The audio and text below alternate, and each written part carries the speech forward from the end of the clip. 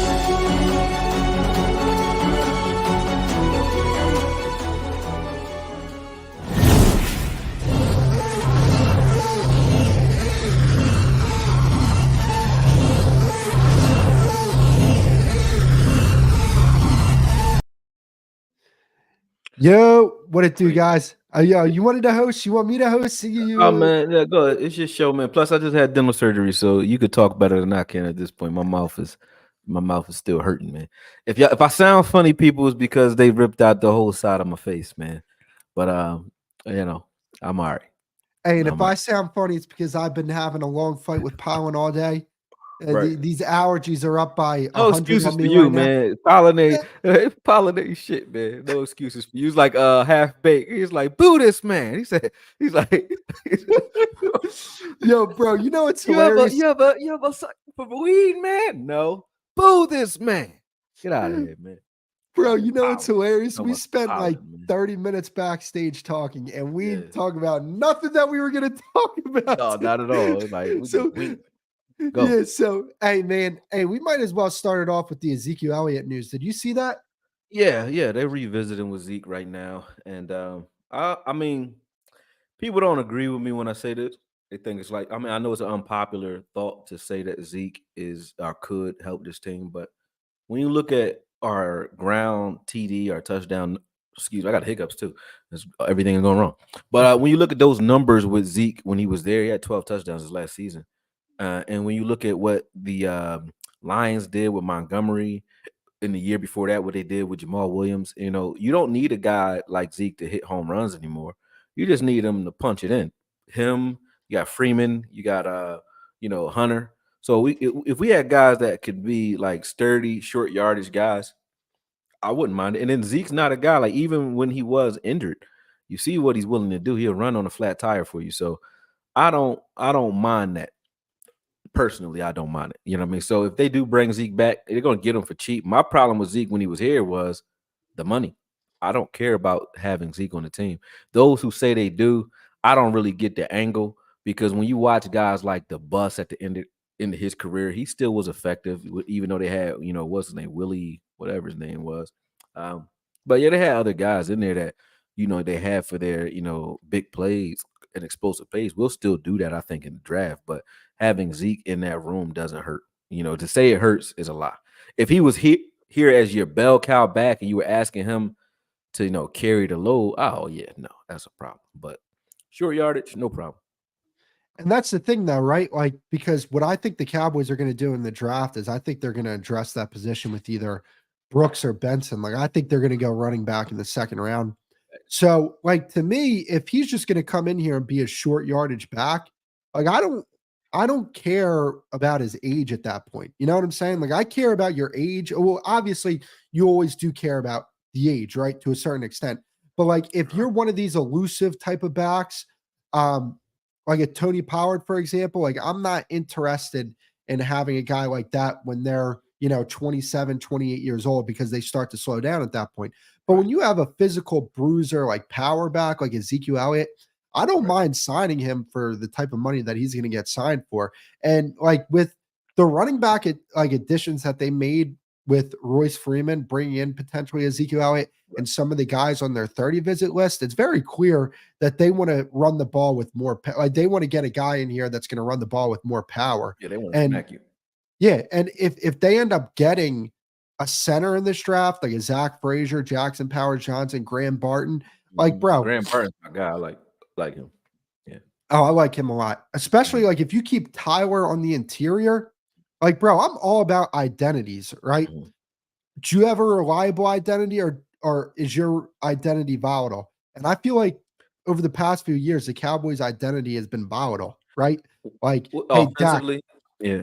offensively and defensively. But if we want to just Defensively, we had an identity. It's called small ball. But offensively, we didn't have one. well, and Defensively, you knew what we wanted to do. We wanted to play takeaway. We wanted to get up. We had a defense that really wasn't a defense. And I'm not hating on Dan Quinn now, but our defense was more so like the Rams from that year, the greatest show on turfs won their Super Bowl. The Rams had a very small defensive line that was built for Kurt Warner and those guys to get them a lead so that they can pin their ears back and pass rush. That's what we were doing. We were good when we were up because we had a great pass rush, very good pass rush, and we were good at we had ball hawks, so we were taking the ball away and getting it back to this offense that was greedy. We didn't have a straight up stop you defense, so I mean, that's what that was our identity. That's the only way we played ball. We didn't change that up while Dan Quinn was here, and that's why when we played in tight games or games where we just had to have it, we didn't look as good because teams knew if you just, make this a real trench war and you play them like you play a Baltimore and just run the ball or play like a Baltimore or like the Lions or all the teams that beat us, it wasn't a secret. They all did the same thing. They just played physical football, old school football, and they whooped our ass. well, yeah, and that's where like yeah, the Cowboys defense definitely did have an identity, but my thing is like, is it a reliable identity or is it a volatile identity? And I mean, I think it's it's a yeah. more a Go ahead. volatile identity because like when I talk about identity, I'm talking about like, all right, things aren't going the way you want them to go in the football game. What do you lean on? And I felt like over the past few years with Dan Quinn, it was all right. We're gonna try and go make a play here and lean on the fact that we can go get turnovers. Hey, Diggs, go be aggressive. Oh, wait, they just hit you with the double move. Now it's a 30, 40-yard play down the field. That was my problem with the Cowboys' identity, at least defensively. But like just Right. talking offensively, Mhm. if you can get one of these centers and you put him in the middle of Tyler Smith and Zach Martin, you have an identity that hey, we're going to get downhill on you, and Right. I'm cool. And if that's the case, I'm cool with bringing in Ezekiel Elliott because that's one thing that he's going to do. He's going to get downhill on you, and especially if you add him to a room with a Hunter Lipke, and then you Yeah. have another change of pace back. Uh, with like a Jonathan Brooks or somebody like that, Trey Benson, Right. like, bro, I think they're going to be able to run the football effectively. I mean, the thing that I said on the round table, right, that I think people are ignoring is the entire right side, which is usually the strength of this offensive line, was hurt last year. So Zach Martin wasn't himself. He had a quad injury early, didn't quite get back right. I think a calf injury or quad injury. I'm not sure, but I know his right leg was messed up. He didn't look like himself. If he got his hands on you, he was good, but he didn't have the burst and explosiveness that he usually does. He wasn't doing a lot of combination blocking and stuff like that he usually does. So that showed. And then you already know Terrence Steele wasn't halfway himself because Terrence Steele is our best run blocker on his team, in my opinion. When he's ready to go, like you might say, hey, you could beat him with some speed rushes. His pass rush skills maybe B minus, B plus, something like. I mean, pass protection skills B plus, B minus, whatever you want to say in the B's though. But he's an A when it comes to run blocking. He'll take anybody he blocks, he pushes them out of the picture. So when you look at that, and then you couple that with the fact that Tyron Smith had reemerged, Tyler Smith emerged as an All Pro. If both sides of that line with Biadasz in the middle were still healthy, we would have been moving the ball easily on the ground. I think that was the biggest problem. Is like we flip flopped. First, the left side was kind of a shuffle. You had Tyler Smith that was a rookie the year before, and then you had Tyron Smith that was hurt. So the left side was shuffled around. The right side was solid. Last year it flip flopped. The right side wasn't solid, and the left side was good all year. So I think now we can put both those sides together. Like we have if Zach Martin's having a good off season, and Terrence Steele, they usually say 2 years removed from your ACL injury, you come back to form. So if Terrence Steele can get back to form this year, I don't think it really matters. I think if you look at Terrence Steele, a healthy Zach Martin, and a healthy Tyler Smith, with a okay center and an okay left tackle, I think we're okay. I wouldn't say that's ideal. We still need to get one or the other in the draft. That's a stud. But if I'm guessing, I would go for a Graham Barton as center. I would go for a good center because you get a smart center. Graham Barton plays 5 positions. You get yourself a smart center who's cerebral, who understands what everybody on the line needs to be doing, like a Jeff Saturday type guy. Um, to me, you can live with slide protection and helping a guy like Austin Richards or whoever you have at left tackle. I think that's what I would do. So I'm not that scared as everyone else is. I've been watching and listening, but I haven't been participating because it's like, like I said, there's a lot of stuff been going on, but you know, off off the scenes. But at the end of the day, I'm not scared though. That's why I didn't jump into. It's like everybody, fear mongering right now. Like I don't want to curse out my own content creators talking all this scared talk, man, because it's not that scary, man. It's a lot of teams with offensive lines that don't have the three guys I just named, don't have guys like that, and maybe have one. You know what I mean? So we're okay. I think we need a good center, and then we can figure out the left tackle situation. I'm not sold on Austin Richards fully, but I think there's more to him than what people gave credit for. I do not believe that the entire draft last year was just trash and they just were butts. I don't believe that. I think Deuce Vaughn is better than we give him credit for. When you watch his film, the film don't lie. He's better than you give him credit for. We just didn't design plays for him. I think Austin Richards is solid. I think Mozzie is solid. I even think Shoemaker will be okay. But I just think we mismanaged talent last year when it came to the draft.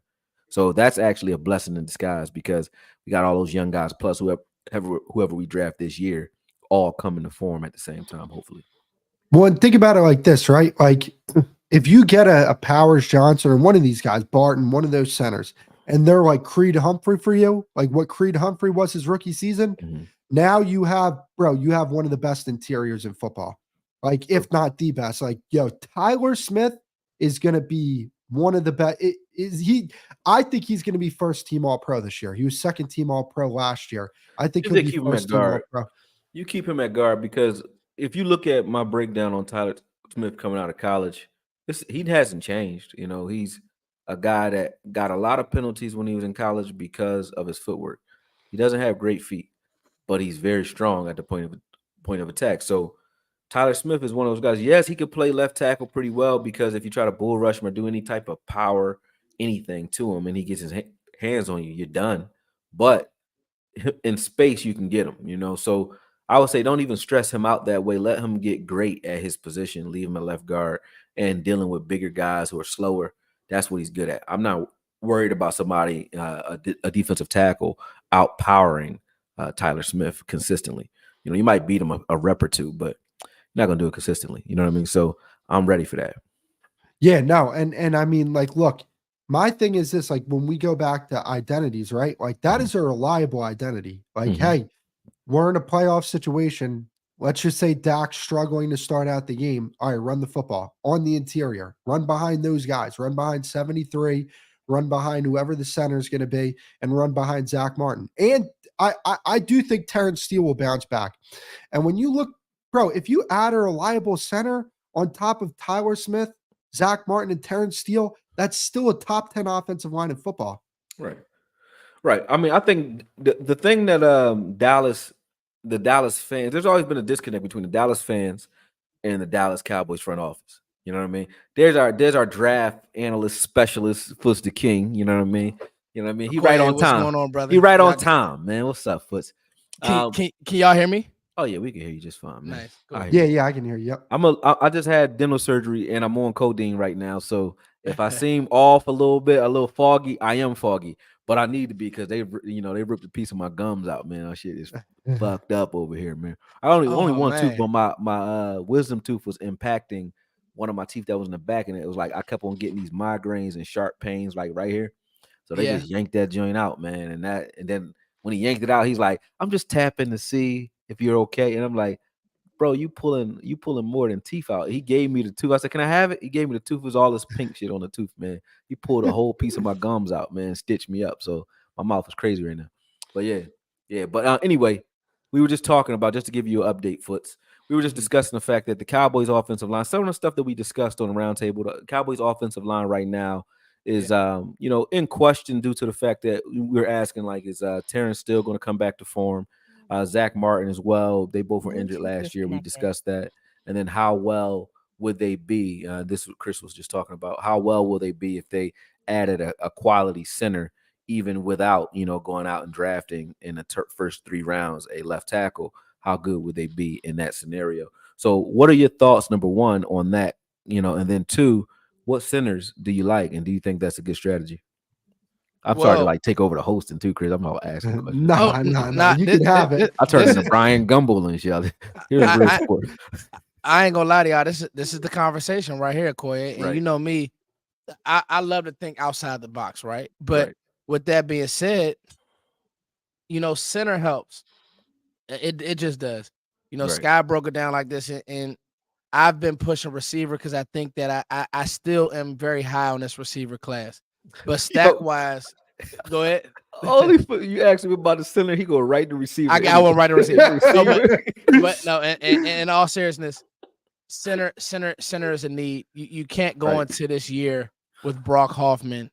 That would be like Y'all hating on really. Brock, man. I mean, we just don't know. We don't know Okoye, and if you Yeah. want to get a blue chipper there, you get a Oh blue yeah, yeah. chipper You there. get a blue And chip. and if you and if you have the ability to trade back and get a blue chipper, Mm-hmm. then you get a blue chipper. So for me, it starts. I do have, so my center stack is kind of different than everybody else's. I have Zach Frazier just a hair over. Let me look at my stack. Make sure, where's my interior line stack. I have Zach Frazier just a hair over Jackson Powers Johnson, but it's splitting hairs. I just think that he stays just a little bit more square throughout the whole block. But I think who's a stronger player and who's more of a mauler is Jackson Powers Johnson. I think that technique wise, I probably give just the edge to Frazier. Mm-hmm. And with Powers Johnson, what you see is him just obliterating dudes. The thing with that is, for me, with O linemen that are too aggressive at times, you don't want them to end up being Trevor Penning, who was a guy who I remember him coming out. He got drafted by the Saints. He hasn't really hit because he Mm-hmm. was so aggressive. The technique part never caught up. But But go ahead. But the question is this, though, right? So even though we need a center, with centers being, there's a couple of them, right? Because you named a Mhm. couple of, and you didn't name what's the kid's name? Graham Barton, I think his name is. See, Barton. I look at Barton before you go any. I look Yeah, at Barton as a center, but I just look at him as an interior player right, right. because the truth is, listening to yesterday, fellas, Mm, they like TJ Bass. I'm just mm. telling you now. Yeah, yeah, So yeah. I think we should get ready for TJ Bass starting somewhere on this offensive line. I don't know how that's gonna work, but so with Barton is Barton. I didn't even mention Barton because I don't have him making it to 24. Mm, I have him graded in that realm. The mm, one who's interested in Okoye, mm, who I'm starting to hear rumors of possibly falling, is Troy Fautanu. mm. Um, it's I Troy just saw Fats. Vach talking about him too. Yeah. Yeah, so he's the one. So now, when you start talking about if he falls, you got an even different conversation because that's, I feel like, your left tackle. But So do you think we need to jump out with it being a deep position, center being a deep position? Do we need to jump out there in the first round and grab a center, or do we jump out in the first round and grab a left tackle even, right? Like, do you think we need to do that, or the Cowboys will do that? When you were jumping on, I was saying the disconnect between the fans and the front office is we all, just like you love receivers, I love linebackers, you know what I mean? Vach loves offensive linemen, and we all start, talking about our, our thoughts in regards to what we would do, but they usually go shopping for whatever they feel they truly suffered or needed the year prior. That's usually how they go, regardless of what's available and what's out there. That's why we usually don't like the Cowboys drafts right away. You know what I mean? Even though they historically are lauded for being a great draft team, right? So that's why we keep doing that every year. But what do you think on that? Like, do you really think that they're going after an offensive lineman in the first round in the first place, or or is that like the okey doke that's kind of created, that has been created by us? I'll say this, Akoye, to your point. Mhm, Last year it was tight end, tight end, tight end. Oh, mhm, Michael Mayers. mhm, You get there, and Michael Mayers is going to be the pick, and Michael Mayers was on the board, and Dallas drafted Mozzie Smith, somebody that you called. mhm, So this O line guarantee, I'm not gonna say I don't buy it. It's mhm. a need, Yeah, but if there's somebody there that they have graded higher than the O lineman, that's who Dallas is gonna draft. yeah, that's It what I could be. think. I'm gonna tell you right now. Nobody's talking about DN. Mm. It could be. We could get there tomorrow night. This is why I love the draft. It's the best reality TV. I love the draft. Yeah, It's reality TV for football nerds like us. yeah. You get there tomorrow, Koye. You got the best DN on the board. What is Akoye doing? What are you doing, my man? You tell me. It depends on what type of DN though. So when you just say DN, if you say you got a guy like Darius Robinson there or something like that, I like Darius Robinson. I I don't know love him. where he's graded, but I like Darius Robinson a lot. You give me a guy that can, be one of those Zimmer types. I mean, like a guy 260 plus with good length and Play good the strength. five technique. Yeah, yep. Good leverage. Doesn't have to be the fastest, quick twitch guy, but like, really, a powerful stout guy. That's what he likes, like the Pernell McPhee types or the Chauncey Golston types. He likes those types of guys. And that's how Darius Robertson like sizes up, in my opinion. So I think if a guy like that's there, I wouldn't be mad, if we went after a DN. Also, I think going after a DN, a real true bona fide DN that can like get to the passer, makes it so that you have more flex with Micah Parsons as well. So you don't know what their defensive plan is fully. You know they're going to run that double A gap look, but you don't know how Zimmer is evaluating Micah Parsons at this point. So yeah, anything could happen, and then you don't know how much leverage they're giving Zimmer in regards to what he wants for his grocery list too. And I think they're going to give him what he's looking for, because it seemed like they did a lot of that with Dan Quinn too. So if they do that, yeah, you could very well see them try to shore up the run defense. And right now, we have some gaping holes when it comes to interior defensive linemen. So, a guy like Darius Robinson, who's 280, who can flex inside and out, they might like that. You know what I mean? Just like they do with Chauncey right now. So who knows? But right, I think we're gonna be very surprised because like of the depth that we have when it comes to certain positions like center. We can get a good center in the third round. Right? I mean, you can get one in the third round. So I don't see them saying we have to do this in the first round. I don't think they're as desperate. I mean, have they been desperate about anything we think they need to be desperate about in the offseason so far? They haven't. No.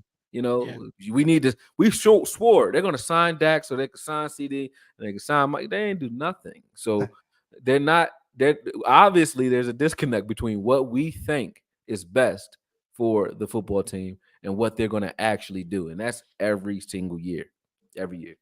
Hey, Foots, can I ask you a question real quick? Yeah, let's go. Do you see any of these guards, like second, third round guards? Let's just say Mahogany, Christian Haynes, Cooper Beebe. Do you think any of those guys could play inside at center? So when you talk about Christian Mahogany, and I actually have him on my stack. I'm looking at him right now. Um, I I think that they all can do it.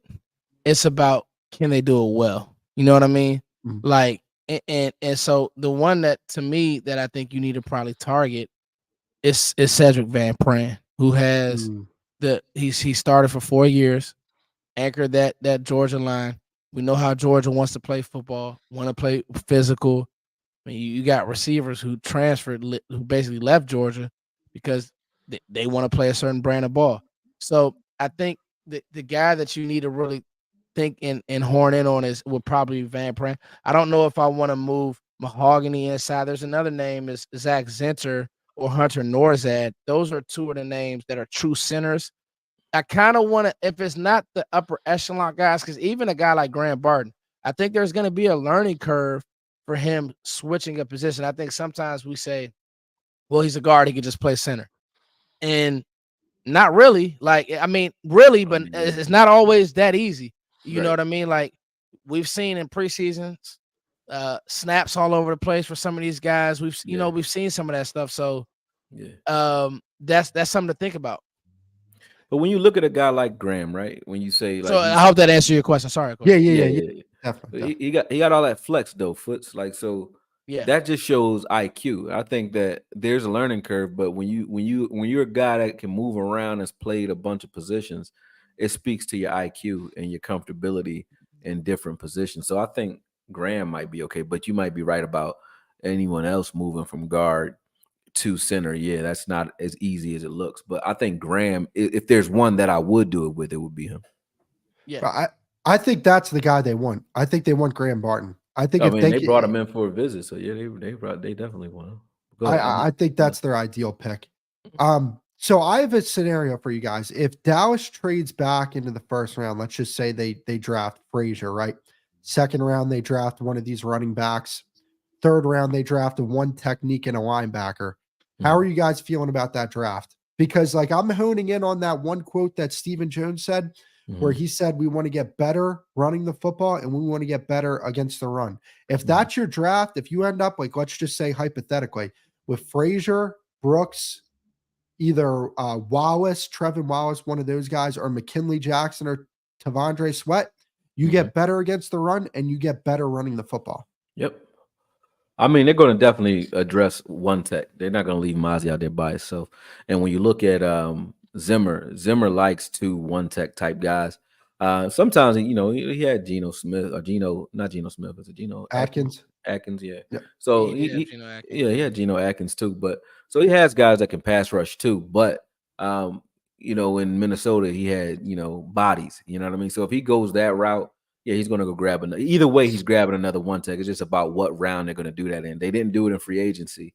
They let Jonathan Hankins go, so they will grab a one tech. They don't need any more three techs because they got three tech flex with Fehoko. They got Chauncey that can play some three tech. They got Osa that plays three tech. They don't need no more three tech. So they're going to grab a one tech in this draft. I guarantee that. And if we started off the first 3 rounds with a running back, offensive lineman, I don't care who, but running back, offensive lineman, and interior lineman, I don't think we go in the first 3 rounds with a one tech though. I think you could find a one tech, a good quality one tech in the 4th, 5th round. Like you can still get that. So I don't think they jump that high with that. They might go linebacker early because that's still where there's quality. So I would switch that up just a little bit and say, if we ended up those first 3 rounds with an offensive lineman, a running back, and a Peyton Wilson or a Edrin Cooper somehow, yeah, I think that's a win. I don't think I would look at it as a win if we had a one tech in the first 3 rounds because I don't think we are that desperate for a one tech. I think Mozzie's a good placeholder, but we need someone else next to him or behind him, either or. Like whether you're starting Osa at 3 or you want 2 ones in there. Either way, I don't think we jumped that high with it. So the reason why I added the one technique to it was that would be like the trade back with Kansas City. So it is a 3rd round pick, but essentially it's a 4th round pick because it's at the very end of the 3rd round, and you don't have a 4th round pick either. So like the picks in between that would be that Kansas City 3rd round pick and then the 5th round pick, unless you can get a 4th round pick out of Kansas City as well with that trade back. Which I mean, that's a steep trade back. 8 picks is pretty steep. Are there trade speculations going on right now? Like I keep seeing people talk about it in their mock draft, but it's like, has somebody approached the Cowboys about it? Nobody's approached the Cowboys, but when you start playing investigator, Akoye, you start looking at teams who need receiver. Let's talk about Kansas City. Let's talk about the Bills and teams that may want to come up. I personally would have to know who I'm trading away from. Because you guys obviously know my agenda. But Mhm. I also think that what's happening is that the Cowboys are candidates to bail because we want to have that 4th round pick. We want as many swings at bat as possible. So I think that's kind of where that's getting tied into. But I think I'm kind of just team man standing pick. Now, can you re-ask your question about the linebackers again? Um, Oh yeah. go ahead. Go ahead. I was Oh, just it was it my wasn't question. really yeah, he was asking Oh, a question about the first 3 rounds. He was The saying if first you round, okay. he was saying if you finish the first 3 rounds, it doesn't matter who you like, right? But if you finish it with, a solid offensive lineman, a running back, and a interior defensive lineman. And I was just saying when linebackers came into that conversation while you were off, it was because I was saying I don't see the Cowboys jumping up in the first 3 rounds and grabbing an interior lineman in the first 3 rounds because you can get a quality one tech. oh, And I know we're going to get a one tech, but you don't need them in the first 3. I think if you're going to go first 3, it would look more like offensive lineman, running back, linebacker. You know what I mean? In the first 3, I think that looks better than saying, just to hold me. up. Hold, Go yeah. ahead. So what I meant was like if we trade back with those first 4 picks, we Mhm. go Yeah. center, running back, linebacker, one technique. Mhm. No, So that's all good. yeah. Like to me, I think that makes your run defense and running the football and offense better because let's just be honest, like we could talk about all the names that other teams added and what we didn't add. Bro, this team is so damn talented the way it was. Talent is not the issue with this football team. It Mhm. hasn't been the issue with this football team for years. They Mhm. have not been able. See, here's the thing. Dak Prescott has developed into one of the most cerebral and well-rounded quarterbacks in football, right? Yeah. So when it like ever since he's developed into that, they haven't been able to run the ball effectively. Not to the Right. extent where it's like you look at a team like Detroit where they lean on that run game and they can build play action off that run game, Right. right? It's nothing like that. So Mhm. like I look at the addition of an efficient run game to this offense, and automatically your offense gets better at that point. Like, I'm not a guy who looks at, all right, look at all the talent we added. No, what are you adding to this offense? Oh, we Mhm. add John Stevens to this offense. Now we can be better throwing the ball out of 12 personnel. Or, hey, we actually can run the football effectively. Now that adds another layer to this offense that we didn't have, and you're a better football team because of it. And I feel like that's where fans are kind of missing the point here, where they Mhm. just look at Philly and they just say, oh, they added all these names and, they added a 28-year-old running back with 3 injuries. It's like, nah. Don't get caught up in that. Oh, They I have like to do that. I like this guy Akoye. He talking my language. Oh yeah, What's he your name, speaks your bro? language. Chris, my name's Oh, my you name's never met Chris from Cowboys Beat. You never I Man, thought y'all knew Chris. each other already, Man, man. Chris. That's my apologies, man. Man, Chris. Shout out to you. Listen, Chris. I've been kind of beating this drum. The team is talented. Yeah. The quarterback is good. I think so. Now we got to peel back and really talk about what happened. You lost a playoff game because of coaching and play. It was Mhm. both. Mhm. I'm with you. If you want to tell me you want to have this is a down, I would call that draft what you just said. You went center, running back, linebacker, and what was your last pick? one Interior technique. linebacker. Yeah. Yeah. That's what you call Interior lineman, yeah. a right down the middle draft.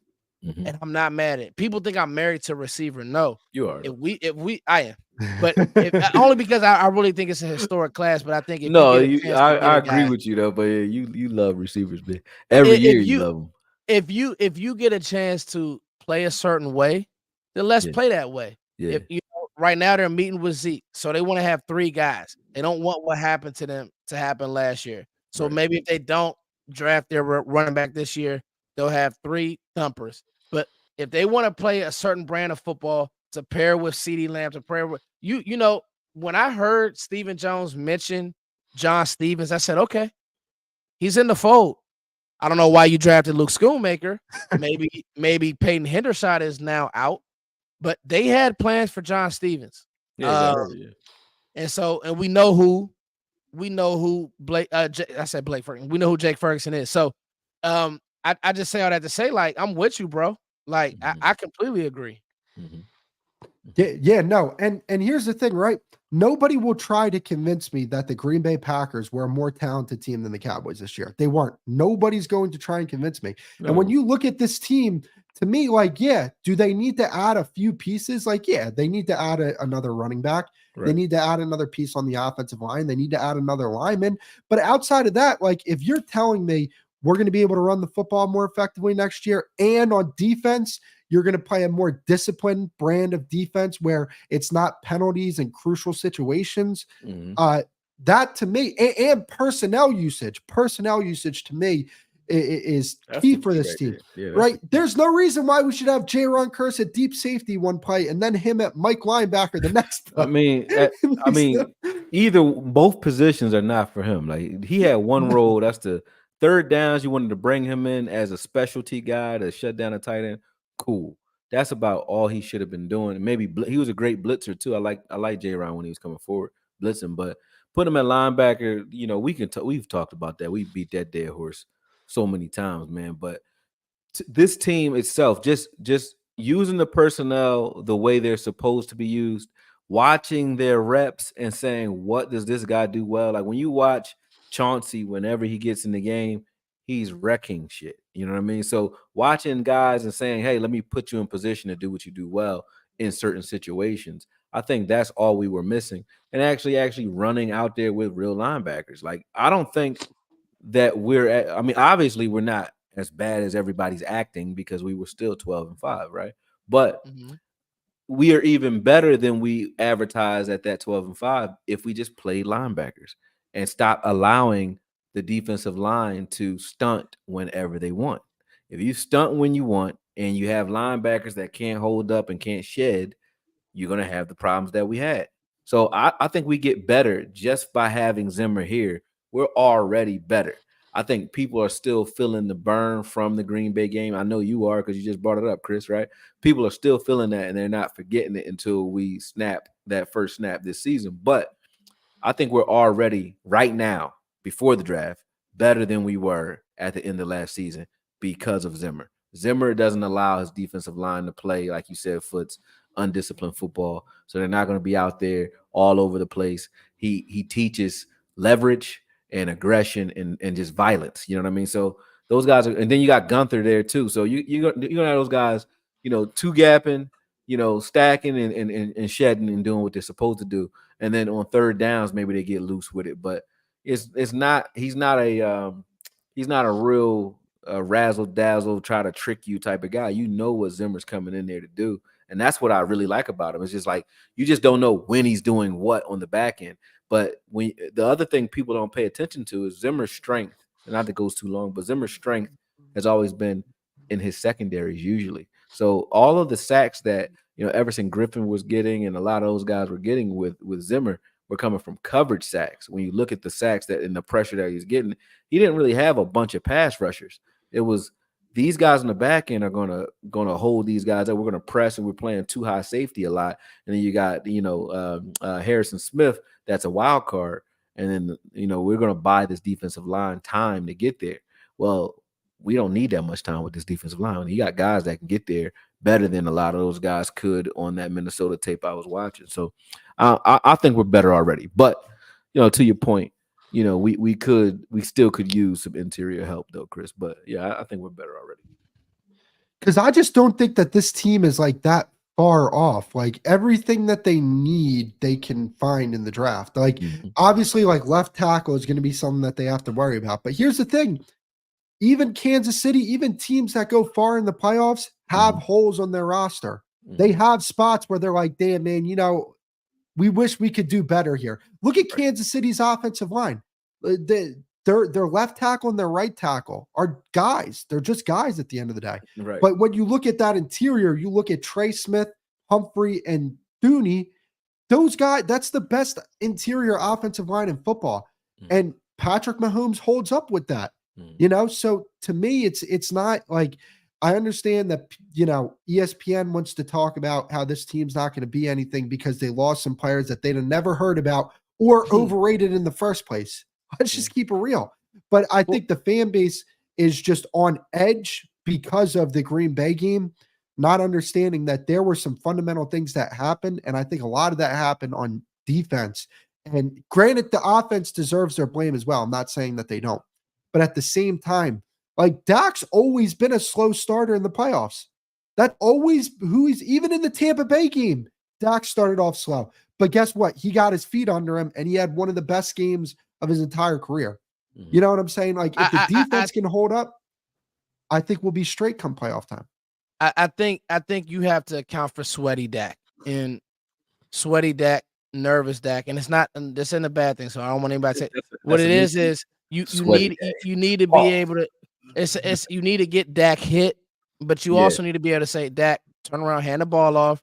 Let's dump the ball off. Let's get you in the game. Yeah. What happened this year, unfortunately, was by the time he finished his first cup of water, you were down 14 points. Yeah, and so the pick. Him and CD aren't on the same page.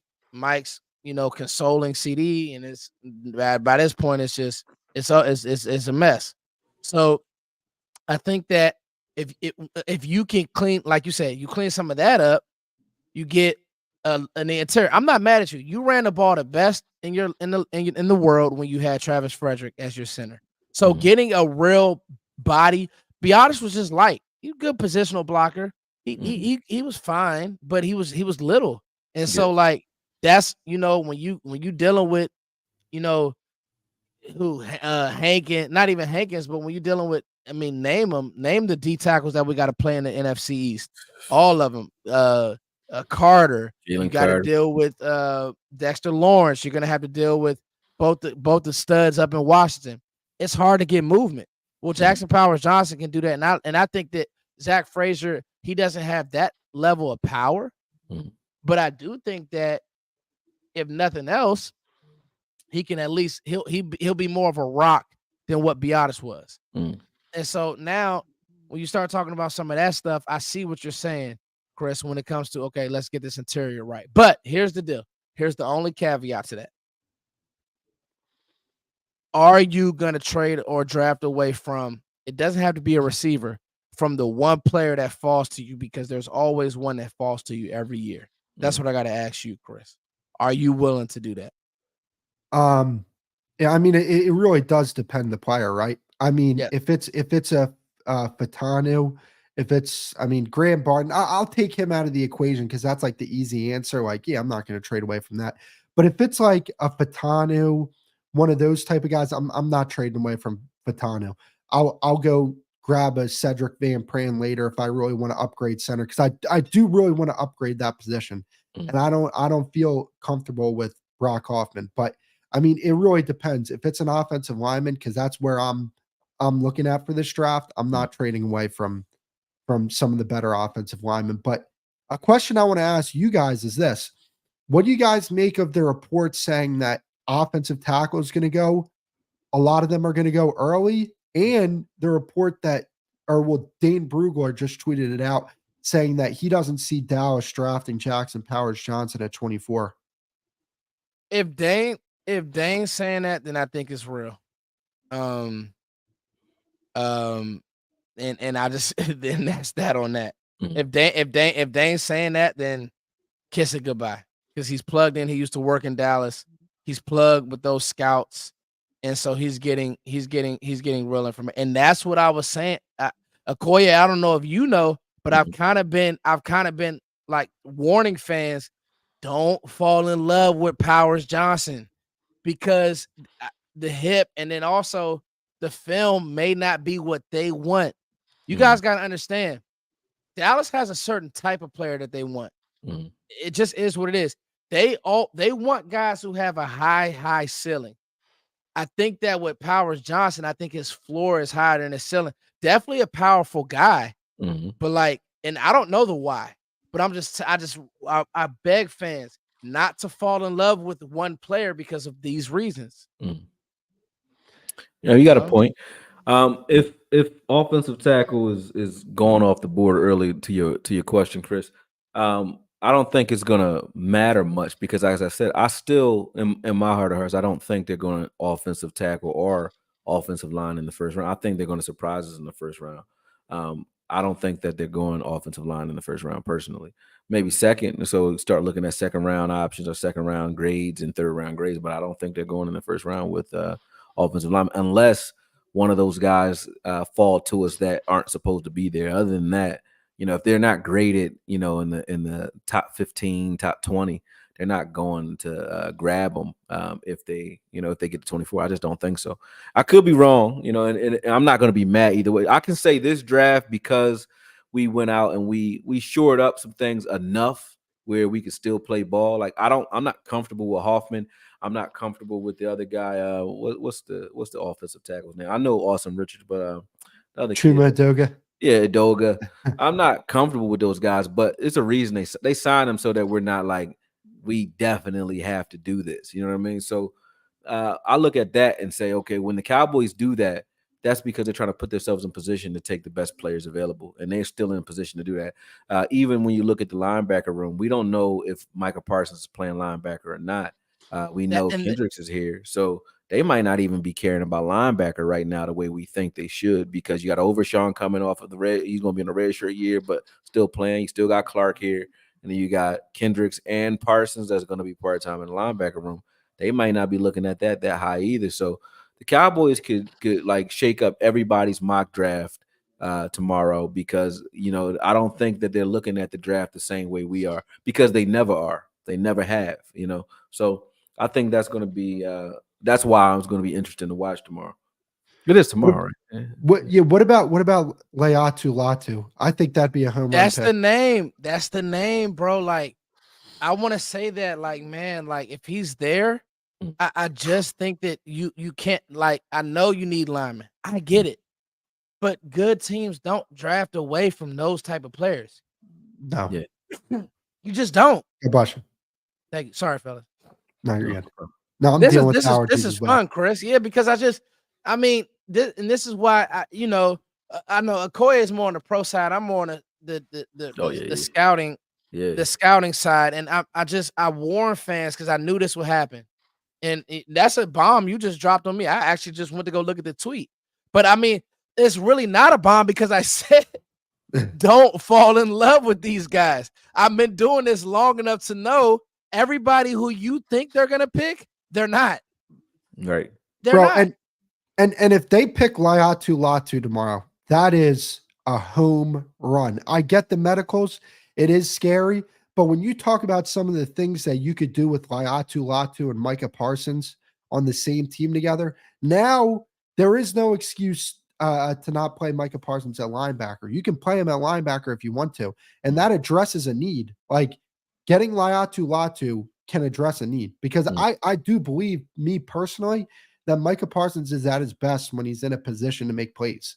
And off ball, on the line of scrimmage, but even still, like, third down, you got Micah Parsons on one side, or stand him up in the A gap, have Sam Williams on the other side, Layatu Latu. You're never going to get an argument from me with that. Yeah.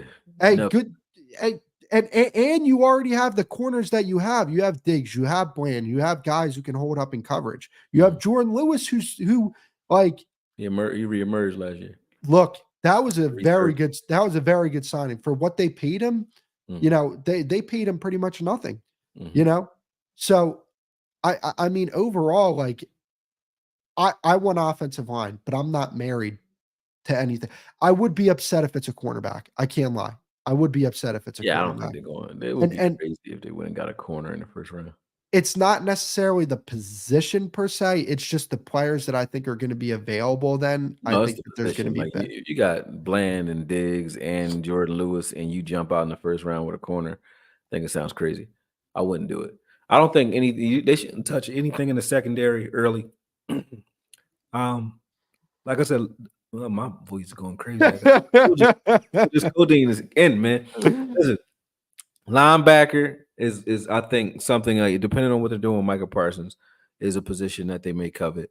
Interior lineman, I don't see it even being an edge, even though I agree with what you're saying. But I think Sam Williams can be that guy, and I don't think that both Chauncey and Osa are fighting for the 3-tech position. I think they're gonna move Chauncey around, and I think Chauncey may be playing some edge as well, even though he's not a pass rusher. He's more of a run stopper from the edge, but still, or from anywhere.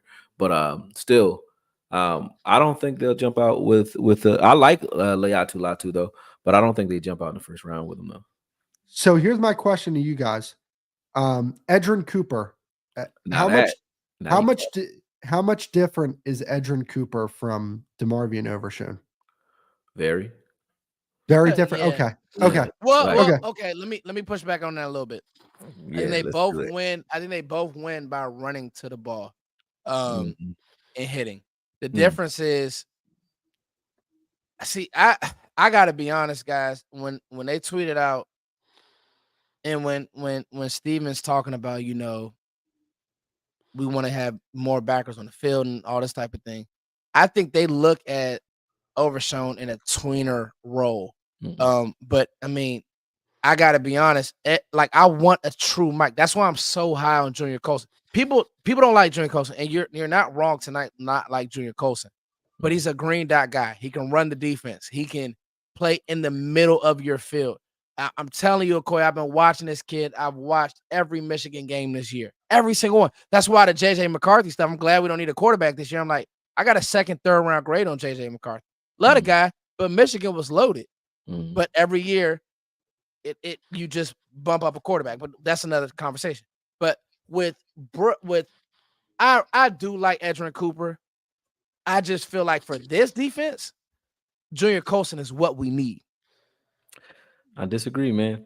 The Okay. reason I say that because And I know when that went off because I know your question was about Overshown. no, I'm sorry. well, yeah, I get you on that.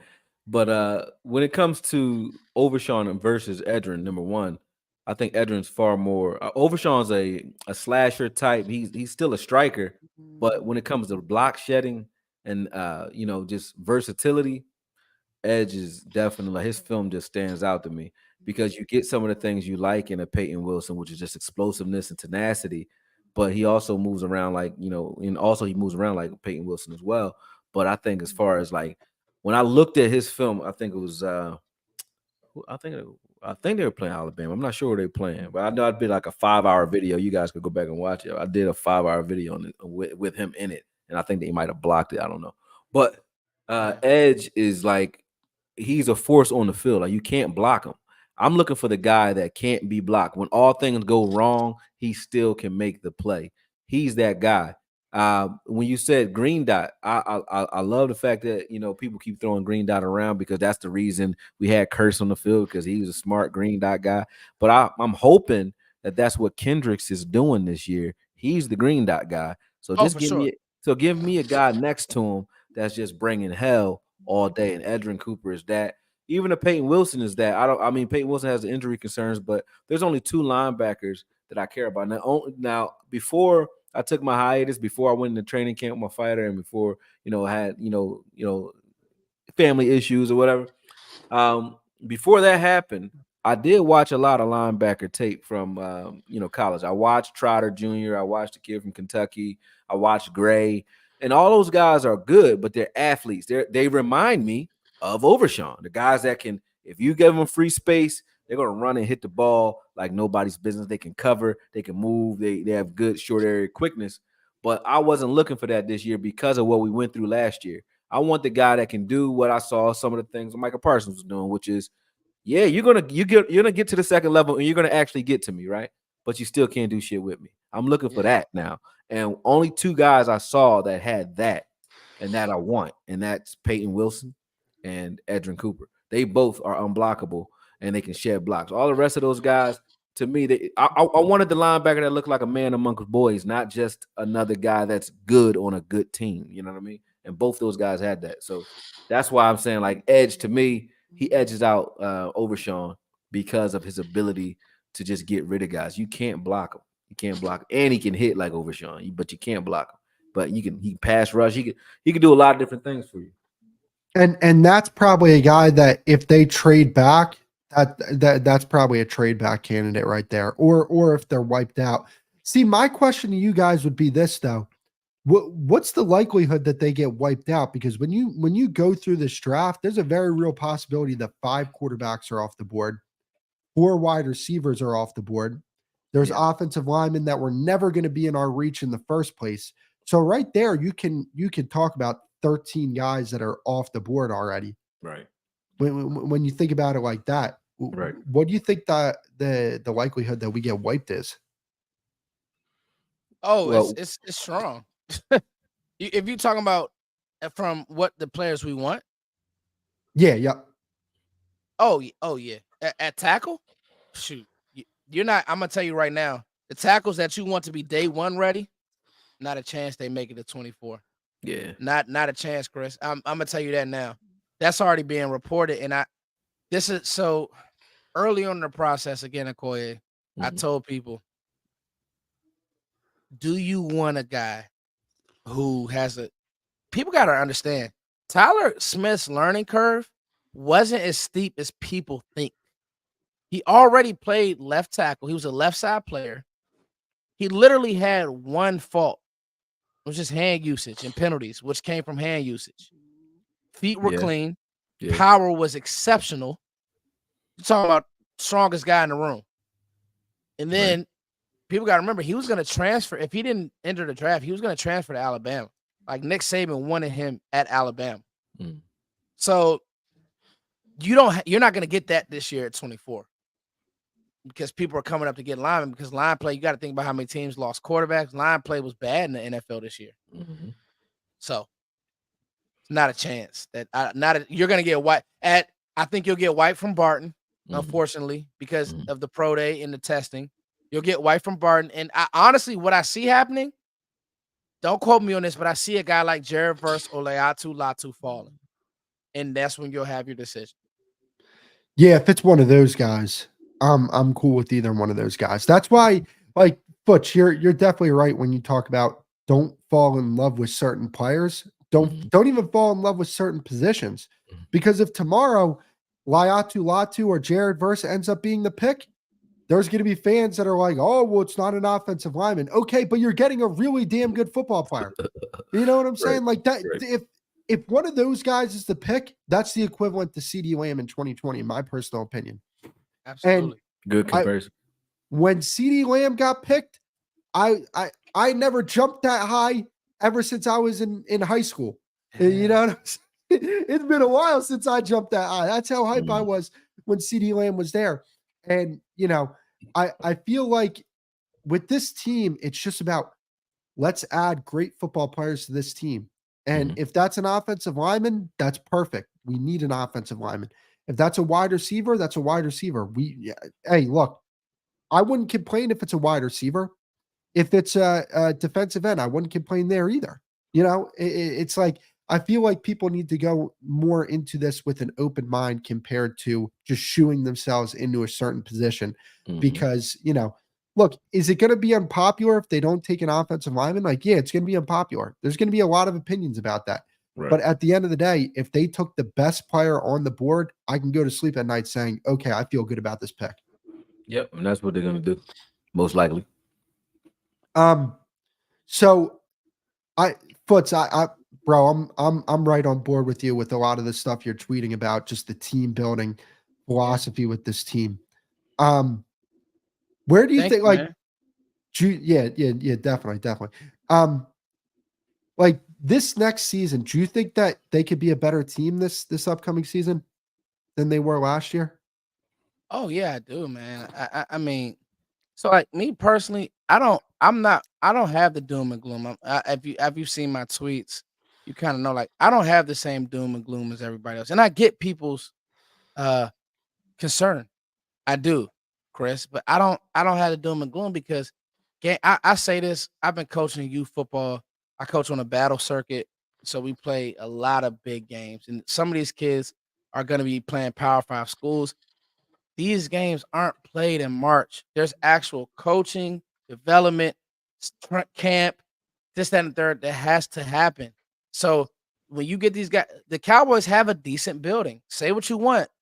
We've seen Nolan Smith and this, that, and the third go to Philly. Oh, they're going to be great. No, they're not. They weren't. N'Kobe Dean. No, they weren't. They weren't. Everybody says last year's draft class wasn't great. If Overshaw doesn't get hurt, that's a 75 tackle, maybe 85 tackle guy that easily. You Mhm. see it. If you got eyes, you can see it. Yeah, Dallas yeah. is fine. Like you said, they can hit on a couple needs back in free agency, and I think they'll be fine, fellas. I do. Mhm. I agree Yeah, with you.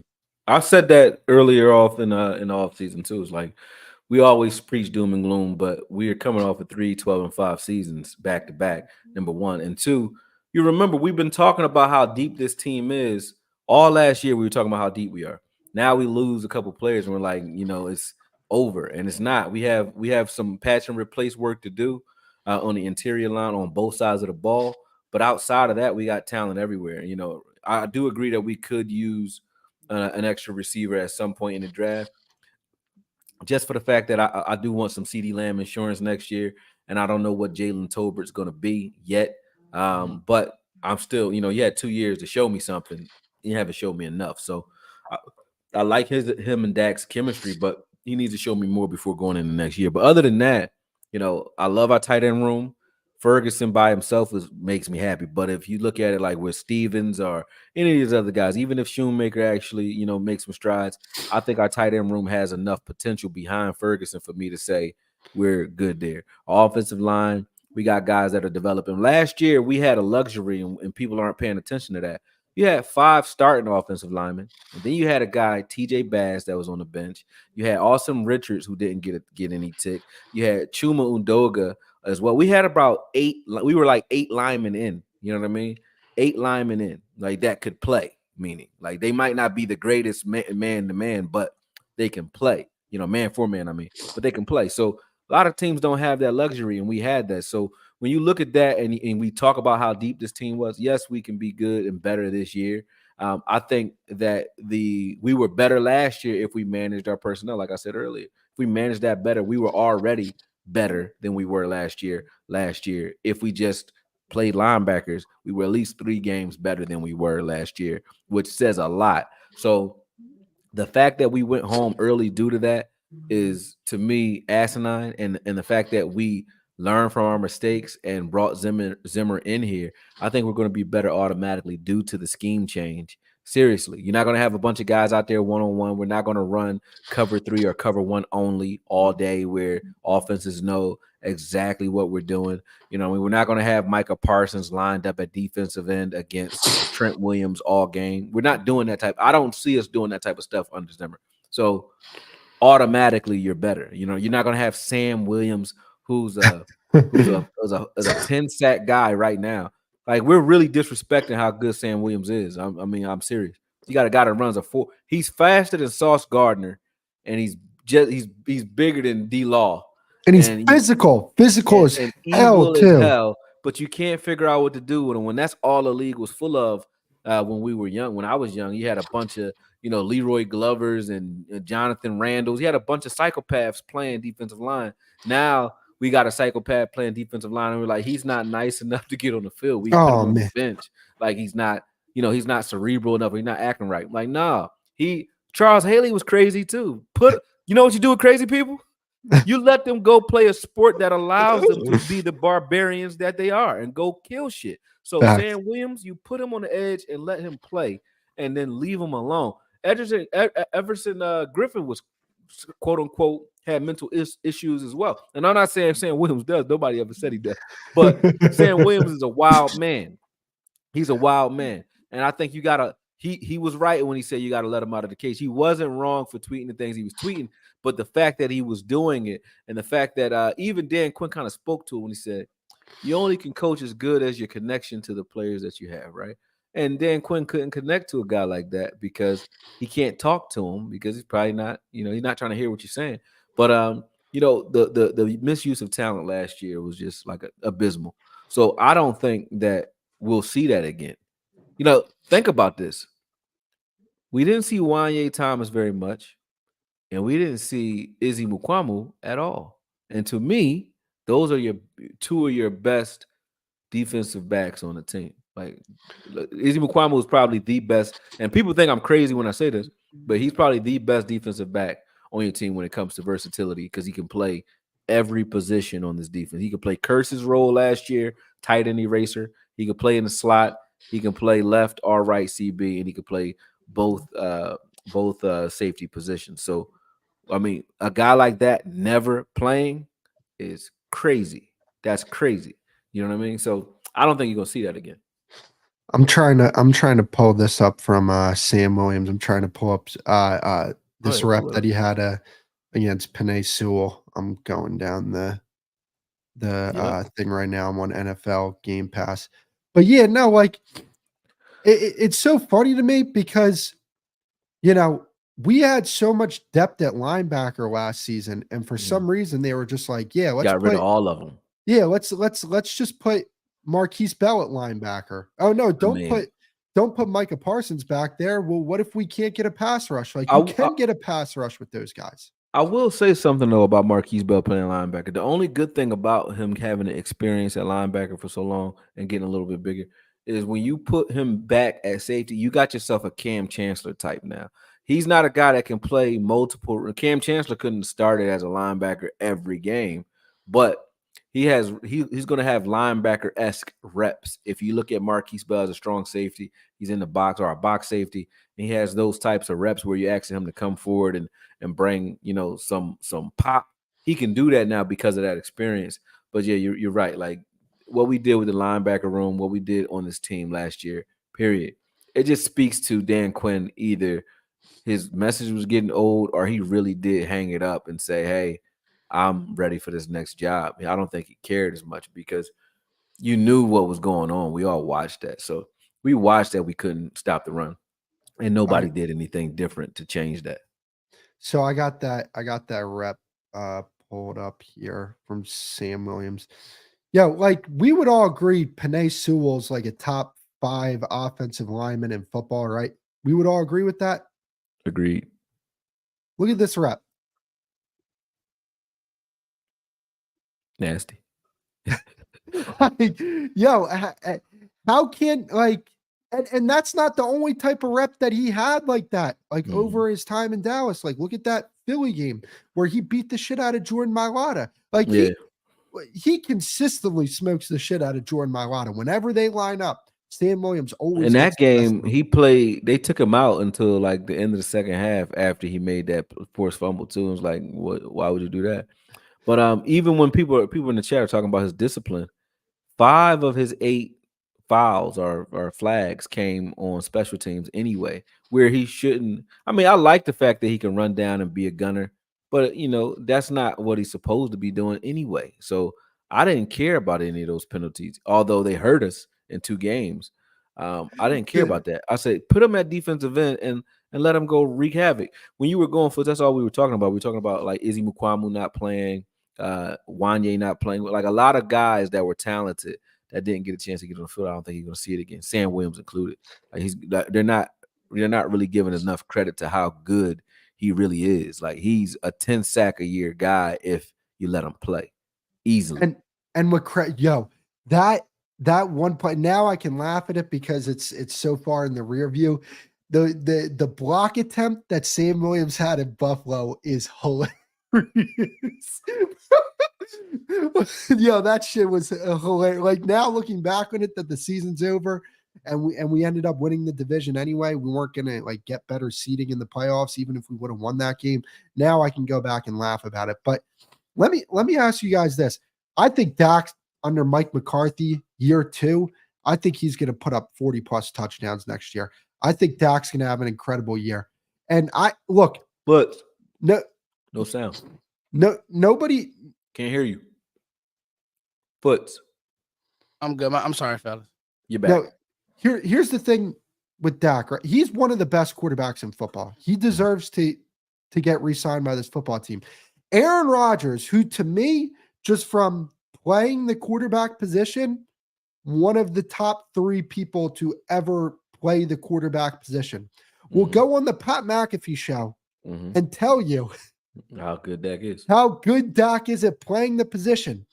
But then you'll log on to Twitter and some goofy guy named Tom Steaks will try and tell you Don't say that his Dak's name. not. I don't know why you even No, said his name, bro. Don't give them dudes no tick, none. We ain't giving nobody I don't know who no you're talking tick. about, bro. I'm just bringing up an Yeah, I don't know example who you talking of about, bro. some random Philly name. You know Do what I'm not saying? say his A name. guy like that will try and tell you that Dak Prescott is a average quarterback. Do people understand what average quarterback is? Obviously Average not. quarterback is Jimmy Garoppolo.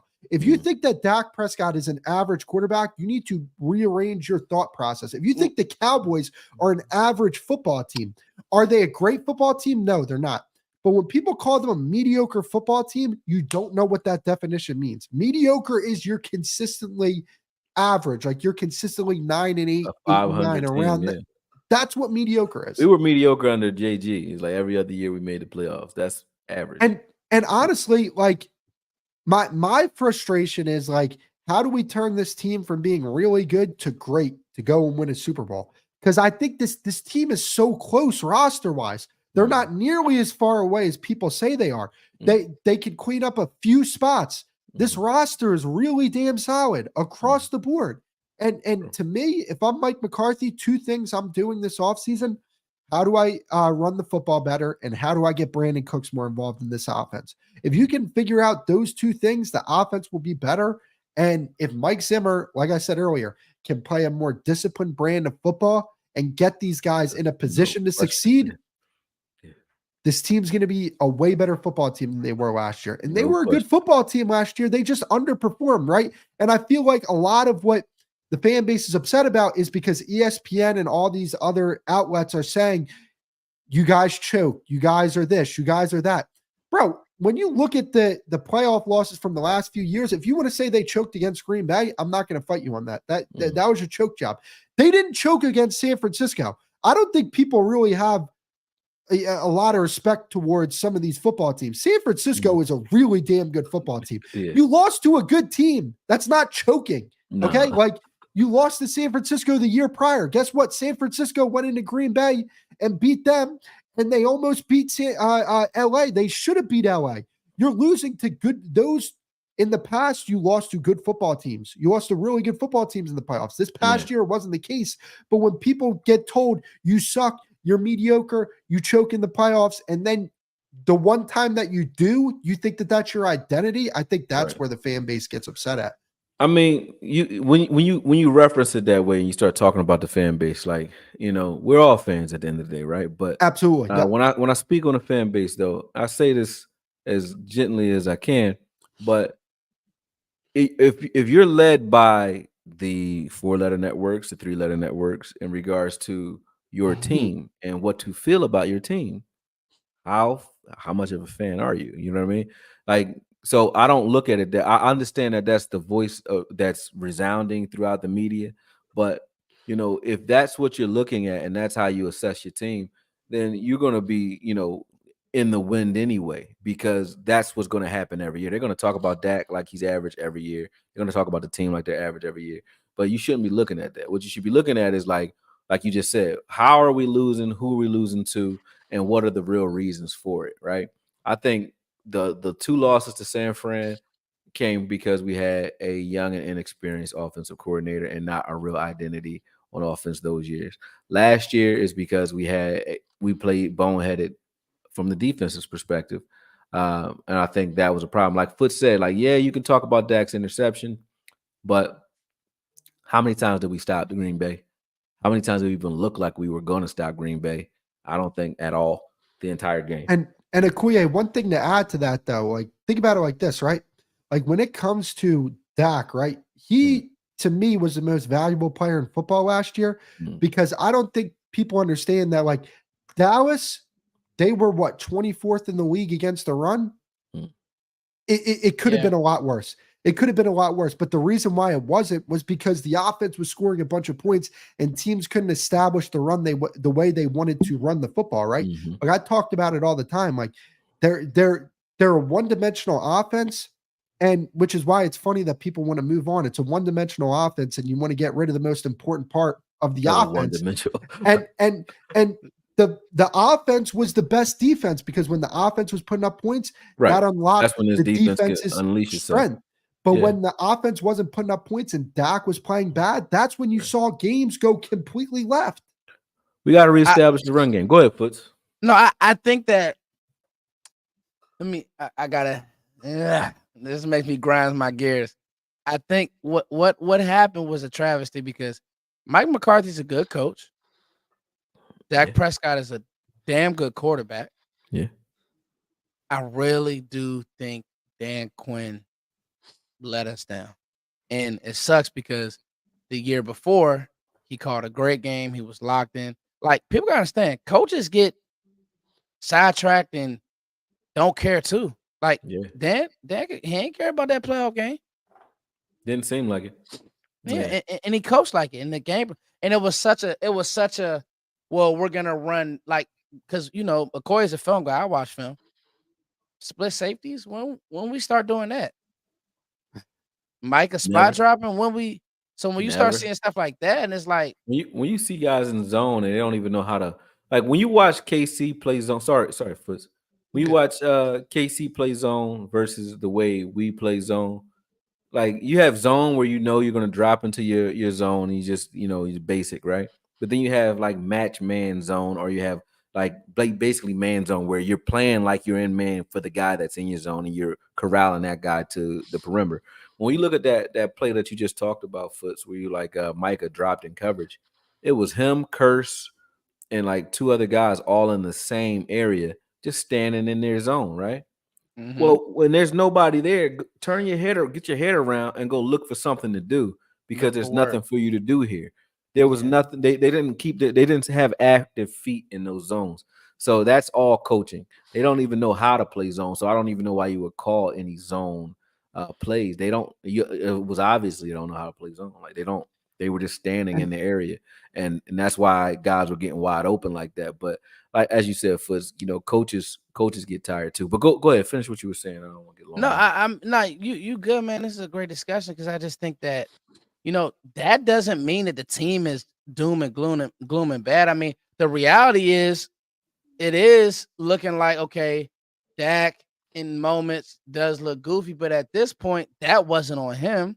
Now, other moments, okay, I may, but Dak was the best player on his team last year. Dak Yeah. and Ceedee Lamb.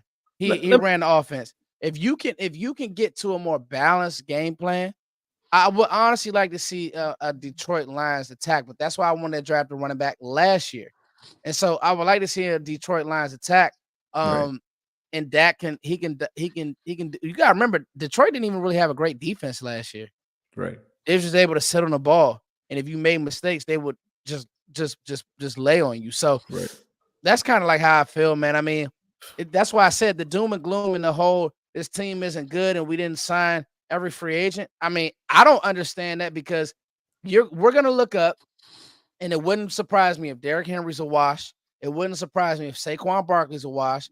All these guys that people love and this, that, and the third. Okay, let's see how it looks.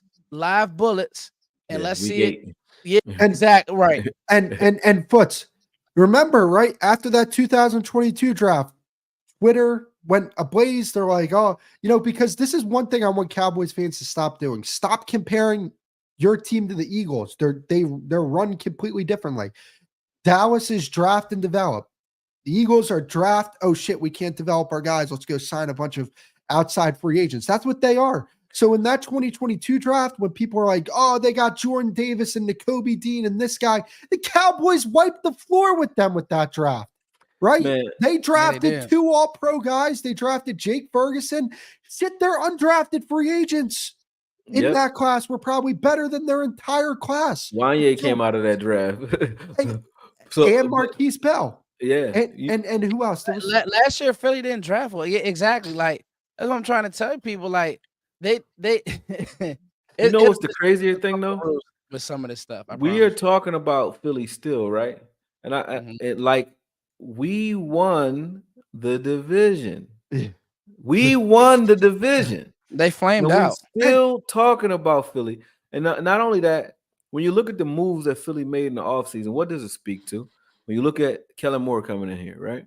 They didn't like Kellen Moore because of what he did in LA, obviously. They like him because of his history in Dallas, right?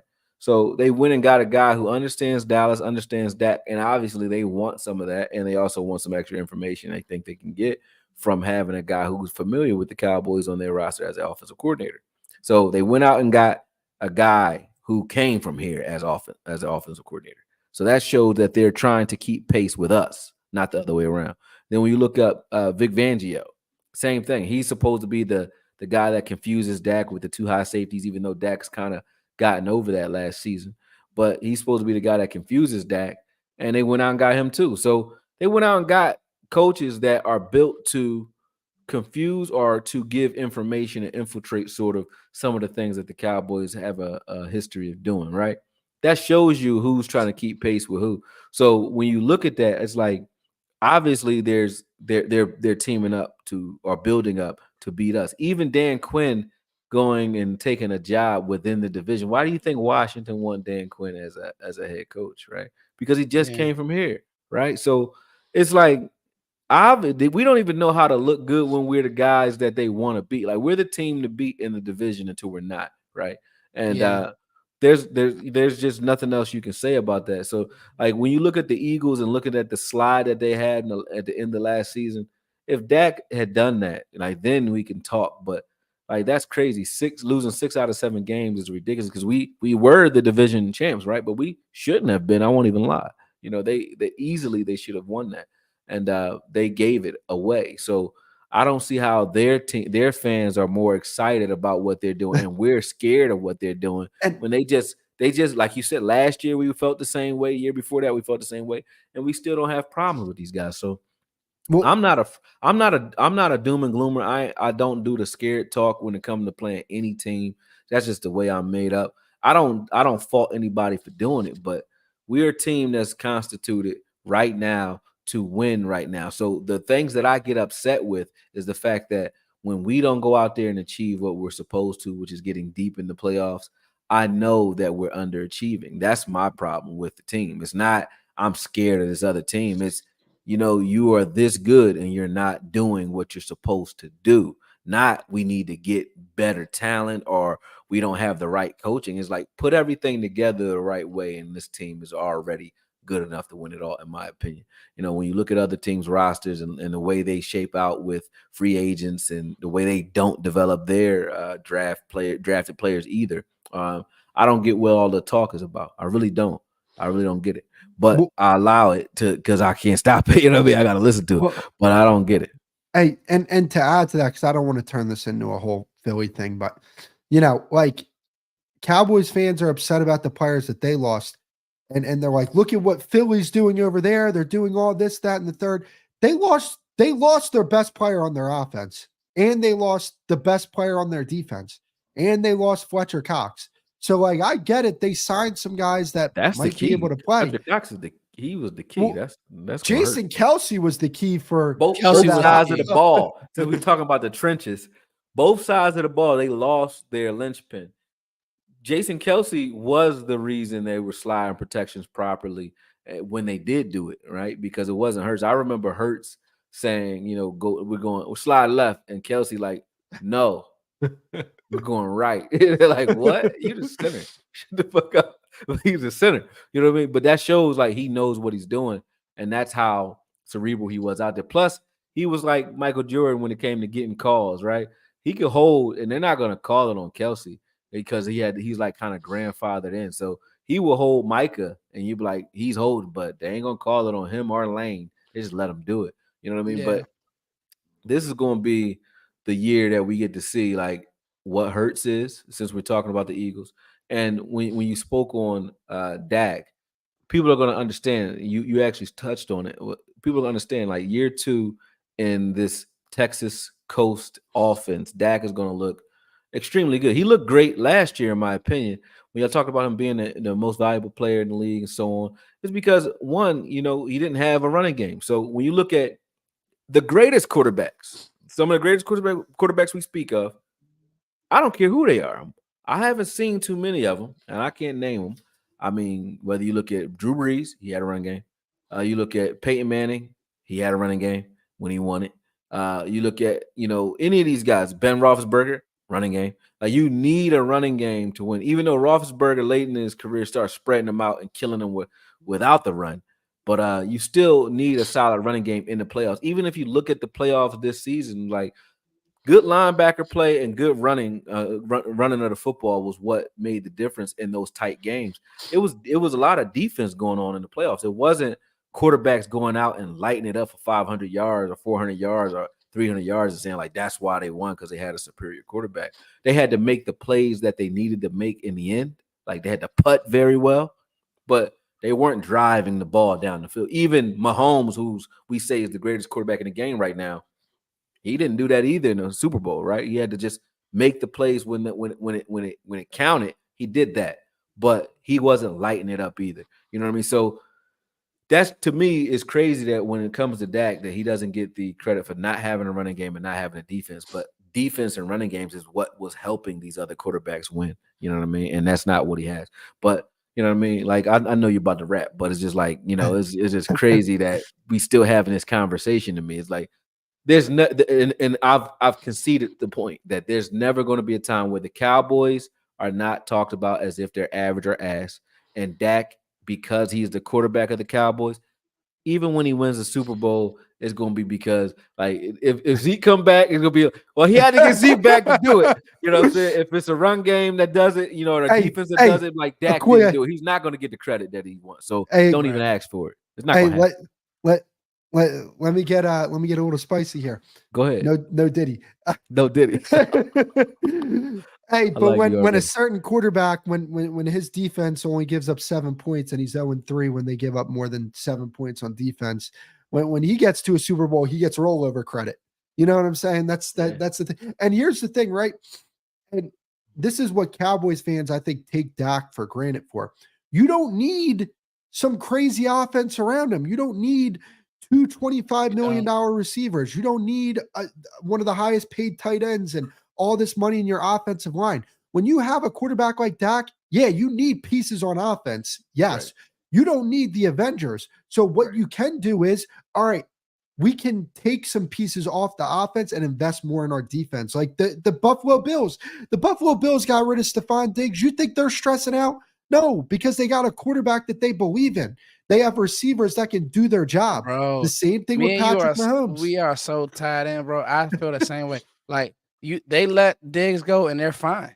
Like good teams move on from guys. It's okay. Right. Like there's not one person we lost this offseason, including Tyron. And I'm like, oh my God, we're not gonna be able to play football next year. Like, dog, do I need to go through them? Tyler Smith, CeeDee Lamb, Micah Parsons. This is three. These are all pros now. Okay. Zach Martin, Dak Prescott, Jake Ferguson. Now we're up to 6. I'm pretty sure I'm missing Trayvon Diggs. Now we're up to 7. These are guys who teams would kill for. Oh, Deron Bled led the league in picks. Now we're up to 8. They act like this shit didn't happen. Like we're okay. You're gonna hit in this draft. I'm just telling you, you're gonna hit in this draft. You're going to draft well. People are gonna be mad. That wasn't the guy I wanted. You're gonna hit in this draft. And then it'll be like, oh, we're in the thick of things. And so if it's me, I know you rapping, but if it's me, find a way to run the ball. Find a way. If you want to get down to nitty-gritty, you got to find a way to get Dak settled down in big game. Mm-hmm. He's coming in hot, and the game plans have to match defensively. Let's get him settled down, and we're fine. Run the ball. That's all. Hey, yeah. Can I ask you guys this question? It's kind of like rhetorical questions, but how many games did the Cowboys win in 2022? 12. How many snaps did Tyron Smith take at left tackle? Not many. None. Yeah. Oh, you can win without Tyron Smith at left tackle. Crazy. He got hurt. People don't remember. He played Tyler right there. Tyler was training that whole training camp at guard. He got thrown into the fire and was fine. Everybody was doom and gloom then. And you know what's crazy? If you were to tell me that season that Dak goes down game 1, so you have a significant downgrade at quarterback. Tyron, Dak. You lose Tyron, Zeke. Right? You have all this working against you. You lost all those pieces in the offseason, and they can still find a way to win 10 games 12 games that season. Yeah. And honestly, I'm going to tell you this right now. If Terrence Steele doesn't get hurt, they go to the Super Bowl. I honestly believe that. Because when we saw with Tyron Smith, the level of play he had this year, and Tyler at left guard, you're talking about upgrades, like substantial upgrades at both of those positions on top of a better right tackle. Your offensive line was going to be stupid that year. Yeah. And if they're healthy, I think they beat San Francisco, and we already know they beat Philadelphia that year. Yeah. Facts. Great point. Thanks for having me on, y'all. Seriously. Yeah, likewise. Hey, definitely. Hey, Foots, I Thanks appreciate for you for coming on, bro. Yeah. Yeah, I'll be Hey, on I've the been a next one, fan. Akoye, to do. Oh, go. I'm sorry, Chris. I've been a huge fan of your work, bro. I've been a huge fan of your work. Hey, I even listened to your music, man. I was listening to I told you. Yeah. hey, because Thank you. what is it? Because you were hopping on. I was like, yeah, I'm gonna listen to Vitamin C. I watched them on Twitter because they be having a Dragon Ball Z. They always got a different video on, but I watched the one where they was doing a little music mix up with the Dragon Ball Z in the Man, background. let I me was like, tell oh, y'all that joint something, dope. man. That joint dope. Akoye, he too flattering. He did an actual interview on me, man. That was so dope, bro. Like Yeah, he did man. really.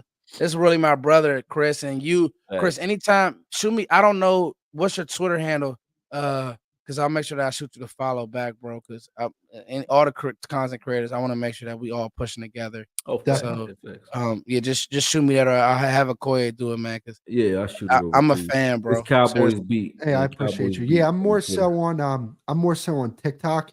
Yep. I Okay. started about like 3 years ago on TikTok. So that's an avenue. I was like one of the first Cowboys creators on TikTok, so I got like a little bit of a head start. Yeah, he got some That juice was over smart. there. He Eh, being modest. He got juice Okay. over in TikTok. Okay. I see what's going on. He being humble. Okay. eh. I You need. know, I I need did a to. little. I got a little bit. When a white dude be like, I got, I do a little bit. You're like, yo, he's loaded. I do all right. Like, get the fuck out of here. Oh, man. Send me all the info, fellas. Thanks for having me. I'm gonna jump off, y'all. Yep. Hey, definitely. All right, stream. Appreciate you. We got all the Yep, super we chats. out of here, man. No I super gotta go get chats. some painkillers, man. I'm out of here. I'm Hey. over here dying, so I'm smiling, but I'm All right. kicking the shit right now. It's hurting, but All I right. gotta go. All right, All right, stream. man. All right, Peace. sit.